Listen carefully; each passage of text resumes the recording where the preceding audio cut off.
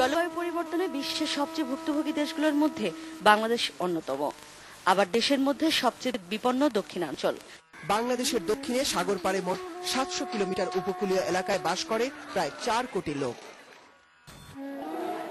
সমুদ্রপৃষ্ঠের উচ্চতা বেড়ে দেশের দক্ষিণাঞ্চলের বিস্তৃত এলাকা স্থায়ীভাবে তলিয়ে যাওয়া, কৃষি জমি লবণাক্ত হয়ে ফসল উৎপাদনের অনুপযুক্ত হয়ে পড়া, খরা, ঘূর্ণিঝড়, জলোচ্ছ্বাস ও বন্যা বেড়ে যাওয়া সহ জলবায়ু পরিবর্তনের নানা নেতিবাচক প্রভাবের কথা সবাই জানেন। সিডরের পর আইলা, পরপর এ দুটি ঘূর্ণিঝড়ে কার্যত বিধ্বস্ত বাংলাদেশের উপকূলীয় অঞ্চল। ভাঙা বাঁধ দিয়ে নোনা পানি এসে প্রতিনিয়ত ভাসিয়ে নিয়ে যাচ্ছে ফসলের মাঠ। কৃষিতে উৎপাদন কমছে, মাছের যোগানও আগের মতো নেই।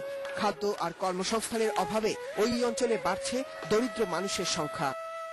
মোকাবেলায় দক্ষিণাঞ্চলের 50 জন সংসদ সদস্য মিলে একটি ফোরাম গঠনের উদ্যোগ নিয়েছেন। সংসদ সদস্য এমপি ক্লাবে এক মতবিনিময় অনুষ্ঠানে এই উদ্যোগের কথা জানানো হয়। অনুষ্ঠানে সাংসদরা জলবায়ু পরিবর্তনের বিরূপ প্রভাব নিয়ে তাদের অভিজ্ঞতার কথা জানান।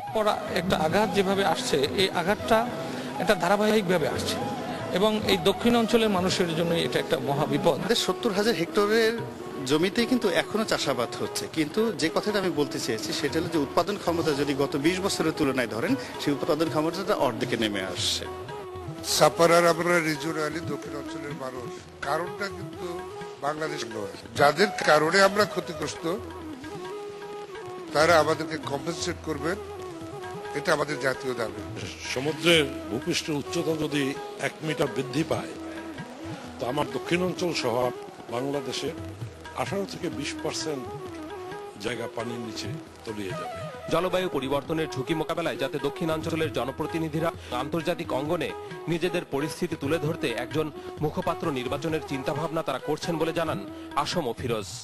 পরবর্তীতে আরো ব্যাপকভাবে সবাই উপস্থিতিতে নিশ্চয়ই আমরা একটা কিছু করার চিন্তা ভাবনা করব এবং আমাদের মধ্যে থেকে স্পোকসম্যান হিসেবে নিশ্চয়ই কাউকে প্রতিনিধিত্ব হিসেবে দায়িত্ব দেওয়া হবে, যিনি সরকারের সাথে এবং এনজিও প্রতিনিধিদের সাথে এবং বিশ্ব দরবারে যখনই কোনো ডেলিগেট যাবে, আমাদের দাবি থাকবে যে আমাদের মধ্যে থেকে যেন যারা মাননীয় সংসদ সদস্য তাদের যেন প্রতিনিধি হিসেবে বিভিন্ন জায়গায় যারা যেতে পারে এবং তাদের এলাকার সম্পর্কে তারা যেন বিশ্ব দরবারে তাদের কথাগুলো স্পষ্টভাবে সুস্পষ্টভাবে বলতে পারে। চট্টগ্রাম থেকে শুরু করে সাতক্ষীরা পর্যন্ত এই প্রায় 50-52 জন আমরা মাননীয় সংসদ সদস্য আছি।